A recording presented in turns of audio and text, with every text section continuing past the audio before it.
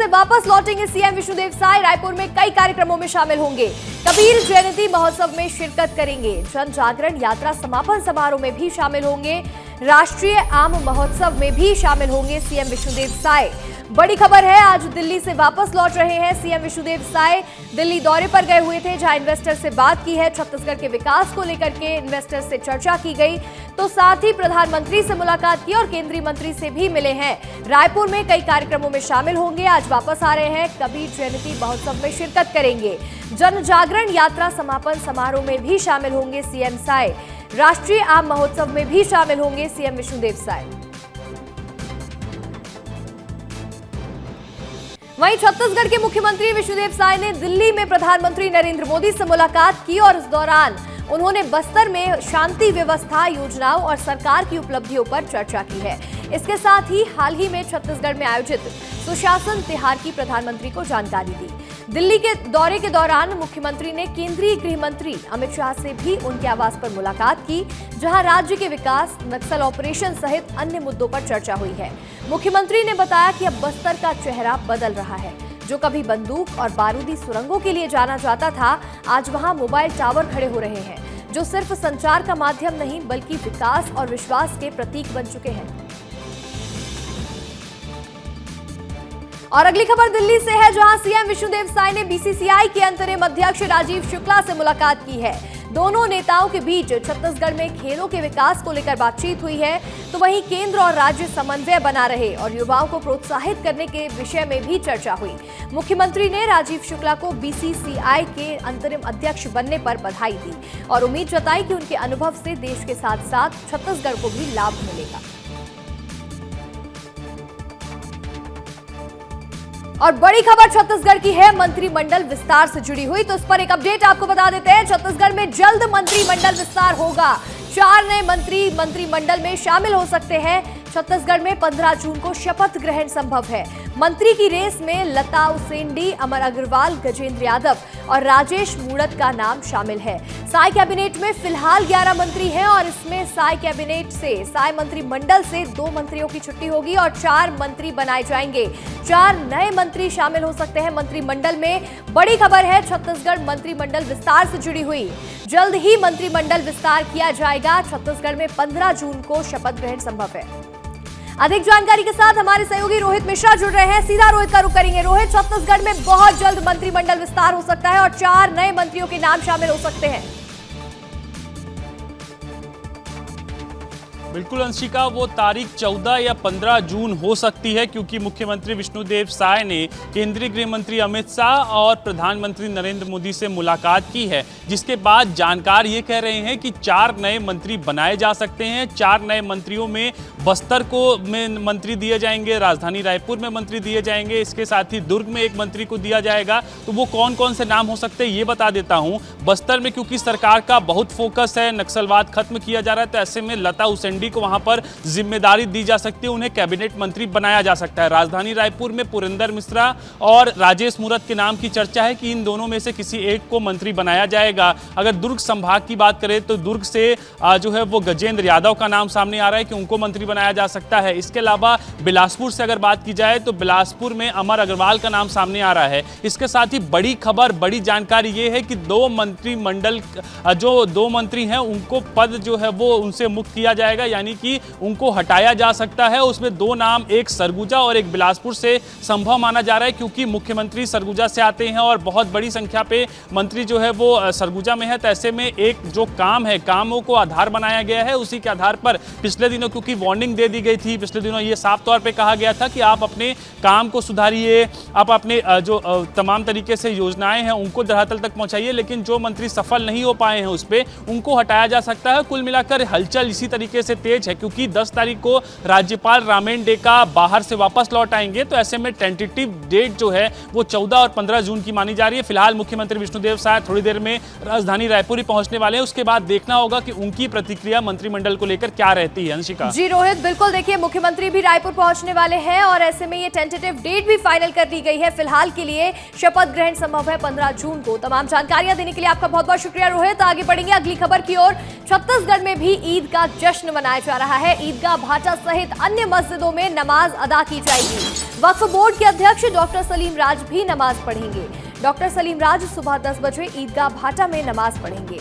यातायात पुलिस ने ट्रैफिक के लिए डाइवर्ट प्लान भी तैयार किया है। बड़ी खबर छत्तीसगढ़ से है, जहां ईद का जश्न मनाएंगे मुस्लिम समुदाय के लोग। आज बकरीद का जश्न मनाने वाले हैं। ईदगाह भाटा सहित अन्य मस्जिदों में भी नमाज अदा की जाएगी। तो वक्फ बोर्ड के अध्यक्ष डॉक्टर सलीम राज भी नमाज पढ़ेंगे और डॉक्टर सलीम राज सुबह 10 बजे ईदगाह भाटा में जाएंगे, वहां जाकर के नमाज अदा करेंगे।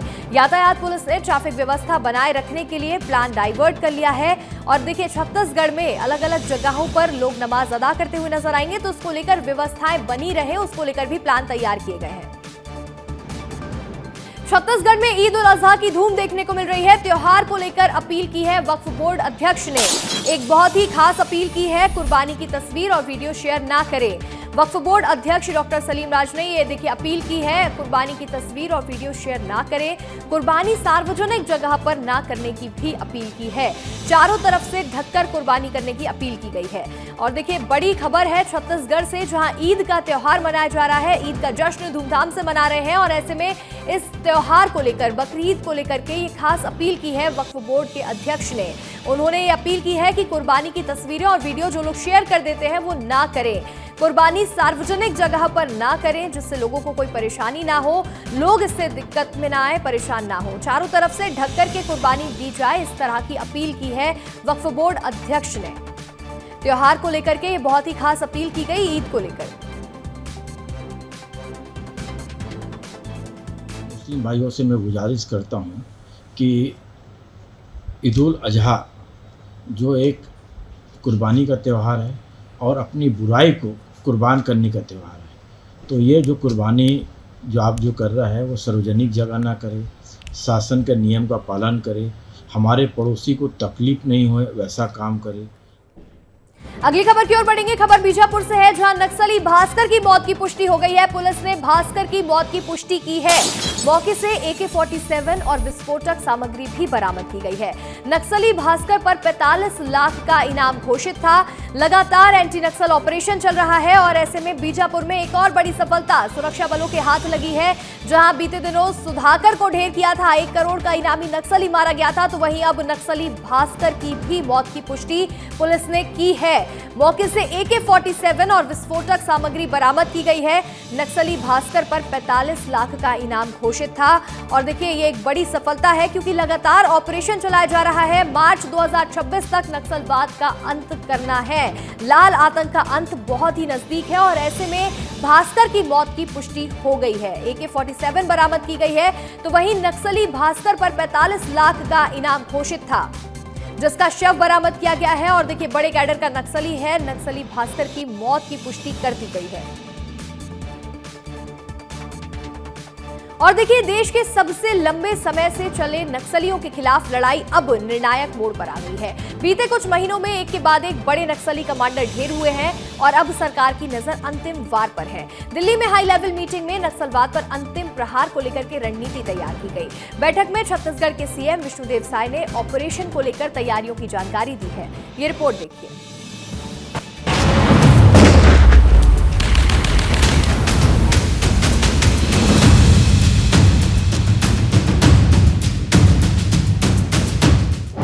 आज नक्सलवाद भी अपनी अंतिम सांसें गिन रहा है। का पूरा आंदोलन चरमरा गया है और मैं कह चुका हूं 31 मार्च 26 को मैं शून्य लेकर आया। जिस तरह से हमारी लड़ाई चल रही है नक्सलवाद के साथ, मुझे पूरा विश्वास है कि आदरणीय गृह मंत्री जी का संकल्प पूरा होगा। और जवानों के इसी एक्शन के बाद दिल्ली में मंथन है। मुद्दा है नक्सलवाद के अंत में और कितने दिन। मीटिंग में शामिल होंगे प्रधानमंत्री मोदी और छत्तीसगढ़ के मुख्यमंत्री विष्णुदेव साय। CM ने रायपुर से दिल्ली उड़ान भर ली है और CM नक्सलवाद को लेकर PM के सामने रिपोर्ट कार्ड पेश करने वाले हैं। अब उनसे मुलाकात होगी तो ब्रीफ तो करेंगे। नक्सलवाद से जो लड़ाई लड़ रहे हैं, जो सफलता मिल रही है, उसके विषय में उनको ब्रीफ करेंगे। ऑपरेशन में सफलता मिल रही है, कल भी एक बड़ी सफलता मिली है कल भी एक सीसी मेंबर को न्यूट्रलाइज किए हैं हमारे जवान। नक्सलवाद के अलावा मुद्दा और भी है छत्तीसगढ़ के मंत्री पद का। बृजमोहन अग्रवाल के सांसद बनने के बाद साय कैबिनेट में शिक्षा मंत्रालय और संस्कृति मंत्रालय का बंटवारा होना है। कई महीने बीत जाने के बाद भी इन दो पदों के लिए नए मंत्री नहीं बने हैं और कांग्रेस इसका जिम्मेदार बीजेपी की गुटबाजी को मानती है। अब मुख्यमंत्री जी लगातार एक्सरसाइज कर रहे हैं और उनका एक्सरसाइज पूरा हो नहीं पा रहा है। भारतीय जनता पार्टी कई गुटों में बढ़ चुकी है। भारतीय जनता पार्टी में लड़ाई चरम पर है। भारतीय जनता पार्टी में और सरकार में ठीक ठाक नहीं चल रहा है। तो इसी का नतीजा है कि कहीं ना कहीं दो मंत्री अभी तक नहीं बना पाना, ये सबसे बड़ा सरकार के लिए एक तमाशा है। नक्सलवाद पर भारी होता विकासवाद संकेत है कि ये नक्सली चंद दिनों के मेहमान हैं और ये चंद दिन कितने होंगे उसका आंकड़ा सेट करने के लिए ही सीएम दिल्ली पहुंच गए हैं। मार्च 2026 तक छत्तीसगढ़ से नक्सलवाद खत्म करने के लिए छत्तीसगढ़ सरकार ने टारगेट रखा है। ऐसे में लगातार ऑपरेशन चलाकर नक्सलियों को खत्म करने का काम किया जा रहा है। जब मुख्यमंत्री विष्णुदेव साय दिल्ली दौरे पर हैं, ऐसे में मुख्यमंत्री की मुलाकात प्रधानमंत्री मोदी से होगी और एक एक जानकारी नक्सलवाद से जुड़ा प्रधानमंत्री को दिया जाएगा। ऐसे में उम्मीद जताई जा रही है जब मुख्यमंत्री फिर से छत्तीसगढ़ लौटेंगे तो एक नए तरीके से नई ऊर्जा के साथ नक्सलवाद खत्म करने को लेकर छत्तीसगढ़ सरकार और सुरक्षा बल के जवान जो है वो काम करने वाले हैं। कैमरा पर्सन राजेंद्र भारद्वाज के साथ खोमन साहू, विस्तार न्यूज, रायपुर। आगे बढ़ेंगे और अब बात करेंगे छत्तीसगढ़ के मौसम की। अगले 4 दिनों तक मौसम कैसा रहने वाला है आपको बता देते हैं। मौसम अब सामान्य बना रहेगा। छत्तीसगढ़ में लगातार मौसम बदल रहा है। कभी भीषण गर्मी पड़ रही है तो कभी अचानक से बारिश हो रही है और ऐसे में एक बार फिर से छत्तीसगढ़ में मौसम ने करवट बदल ली है। 2 से 4 डिग्री तापमान बढ़ने की संभावना जताई जा रही है। कुछ जगहों पर बारिश हो सकती है लेकिन अधिकांश जगहों पर धूप ही रहेगी। गर्मी बढ़ सकती है। 2 से 4 डिग्री तक तापमान बढ़ने की संभावना है। छत्तीसगढ़ में अगले 4 दिनों तक मौसम सामान्य रहेगा। ना ही बहुत ज्यादा बारिश होगी और ना ही भीषण गर्मी पड़ेगी। लोगों को राहत मिल सकती है और ऐसे में कुछ जगहों पर बारिश होने की संभावनाएं हैं लेकिन अधिकांश जगहों पर धूप रहने वाली है। छत्तीसगढ़ में एक बार फिर से मौसम बदलता हुआ नजर आ रहा है। अगली खबर अंबिकापुर से है जहां युक्तियुक्तकरण को लेकर लापरवाही बरती गई है। रिक्त पदों की सूची तैयार करने में बड़ी गड़बड़ी की गई है। डीईओ ने लिपिक को सस्पेंड भी किया है। इस मामले में कार्रवाई करते हुए प्रभारी लिपिक बृज किशोर तिवारी भी निलंबित किए गए हैं। संभागीय कार्यालय में जानकारी भेजने में भी गड़बड़ी बरती गई थी और देखिए लापरवाही के चलते यहां पर बड़ा एक्शन लिया गया। युक्तियुक्तकरण को लेकर के लापरवाही की गई थी। रिक्त पदों की सूची तैयार करने में गड़बड़ी की थी। अधिक जानकारी के साथ फोन कॉल पर हमारे सहयोगी दिलीप जायसवाल जुड़ गए हैं। दिलीप, युक्तियुक्तकरण को लेकर के लगातार मुद्दा गर्म होता जा रहा है और ऐसे में रिक्त पदों की सूची तैयार करने में भी बड़ी गड़बड़ी की गई है।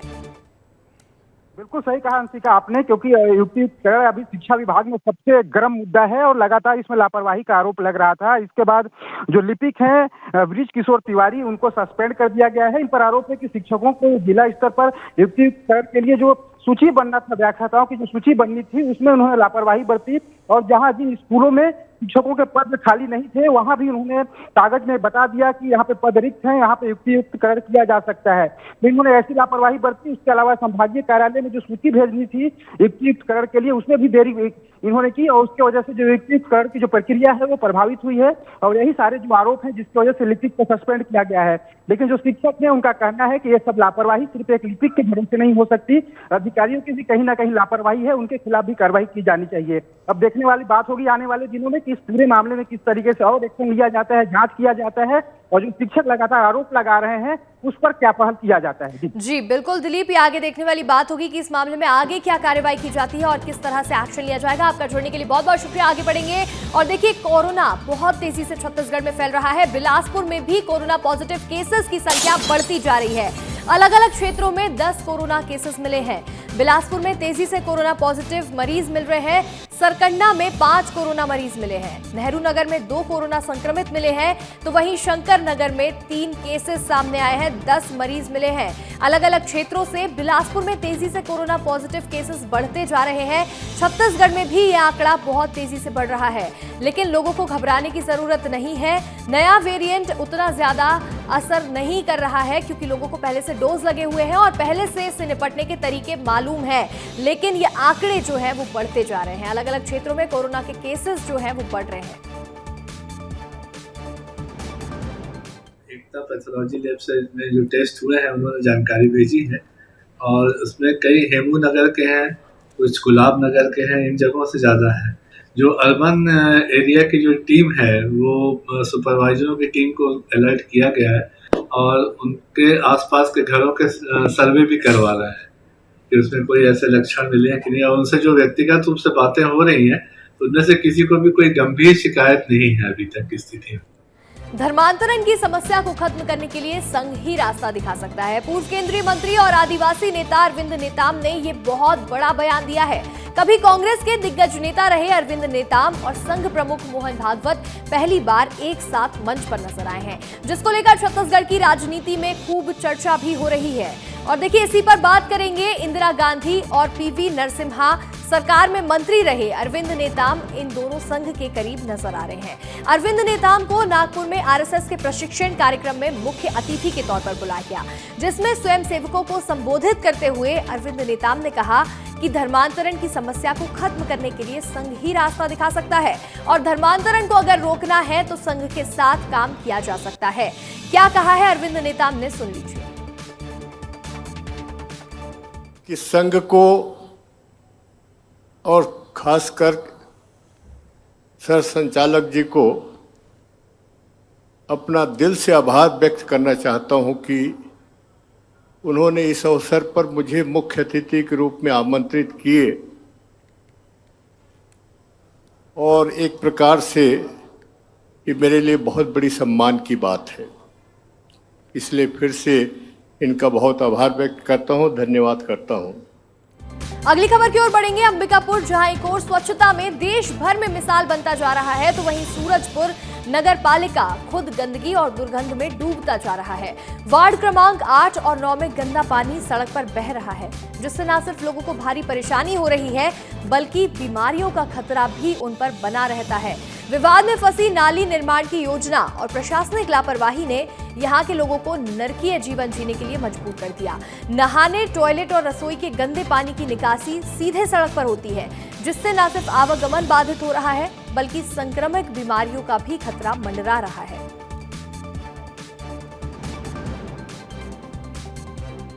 सड़क से बहते पर नालियों में बहते गंदे पानी जो छात्र छात्राओं को तकलीफ दे रहे हैं। यह घरों से निकलने वाले दूषित पानी, जैसे कि गटर से भी निकल रहे पानी, यहाँ जो है स्किन इन्फेक्शन का कारण करती है। यह गंदे पानी जो बीमारियों का घर है, यह नालियों से बहकर रोड में आ जाता है, जिससे आवागमन में परेशानी होती है। मैं 2 बार वहाँ सर्वे में जा चुकी हूँ। वहाँ जाने के बाद पता चला कि पट्टे के जमीन के कारण वो नहीं बन पा रहे हैं और उसको हम सब सर्वसम्मति से अगर वो पट्टे वाले मान जाते हैं तो टेंडर हो भी चुका है, प्रोसेस में भी चल रहा है। जैसे सहमति मिल जाती है वो उसके सुबह दिन ही काम चालू हो जाएगा। ये कहा कि जो नाली है वार्ड नंबर 9 की पहले से बनी है और एक गुप्ता जी करके वहाँ पे हैं, उनकी कुछ सामने प्राइवेट जमीन आ रही है, तो अभी तक उनके आपसी विवाद के कारण उन्होंने उसको बंद कर दिए। कई बार अध्यक्ष महोदय, सीएमओ साहब और हम भी जाकर उनको समझाए हैं और उसका अभी स्वशासन में भी उसका मांग आई थी तो उसका एस्टीमेट बना के शासन को प्रेषित किए हैं। अभी सब स्वीकृति आ जा रही है तो उसका टेंडर लग के उसको कंप्लीट करेंगे। आप जो ये सड़क देख रहे हैं, ये सड़क सूरजपुर नगर पालिका के वार्ड क्रमांक 9 की सड़क है। ये सड़क है, इस सड़क की स्थिति आप देख लीजिए, यहाँ से दूर दूर तक आप देख लीजिए, ये पूरा गंदे पानी से भरा हुआ है ये सड़क। जब इस बारे में नगर पालिका से बात की गई तो नगर पालिका ने कहा कि 2 लोगों के जमीन विवाद के चक्कर में नाली नहीं बन पा रहा है। करीब 1 किलोमीटर की ये नाली बननी है। बहरहाल जहां एक और यहाँ रहने वाले लोग इस गंदगी से नरकी जीवन जीने को मजबूर हैं, वहीं यहाँ जो कुछ ही दिनों बाद कॉलेज खुलने के बाद यहाँ के जो छात्र छात्राएं हैं वो इस नरक से होकर गुजरने पर मजबूर होंगे। अब देखने वाली बात होगी ऐसे में कि कौन जिम्मेदार क्या कुछ पहल करता है। सूरज साहू, विस्तार न्यूज, सूरजपुर। अगली खबर बालोद से है, जहां लगातार हो रही बिजली कटौती को लेकर यूथ कांग्रेस कार्यकर्ताओं ने हाथ में लालटेन लेकर बिजली विभाग का घेराव किया। इस दौरान यूथ कांग्रेस के कार्यकर्ताओं ने बिजली विभाग के खिलाफ जमकर नारे लगाए। यूथ कांग्रेस कार्यकर्ताओं ने विभाग के अफसरों पर बेवजह बिजली कटौती कर उद्योगपतियों को लाभ पहुंचाने का जरिया बताया।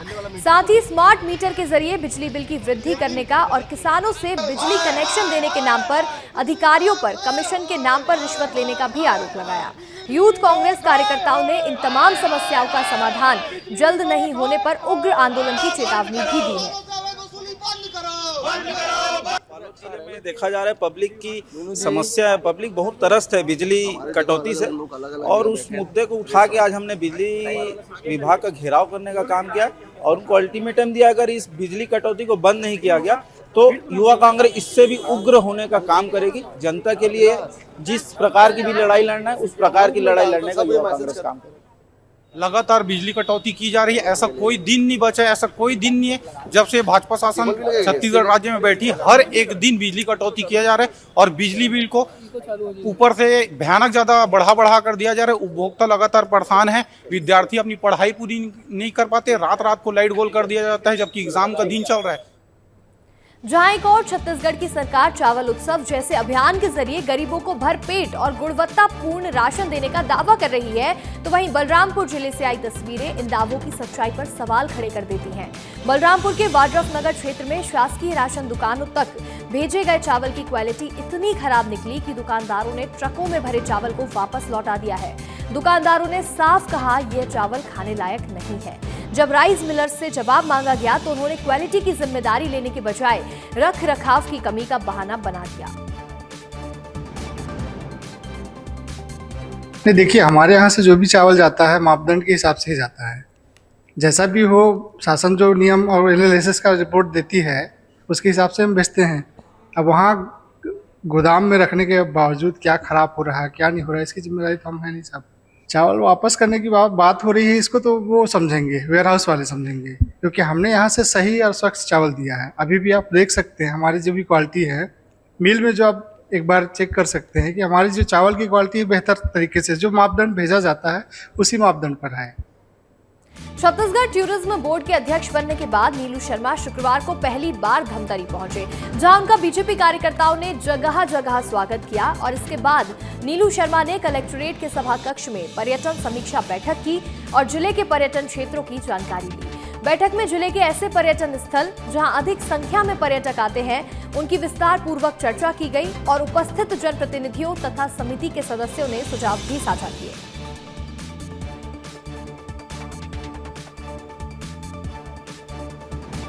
पर्यटन बोर्ड के अध्यक्ष के नाते आज आने का उद्देश्य ये भी है कि छत्तीसगढ़ जो है वो पर्यटन के दृष्टि से यहाँ बड़ी अपार संभावना है।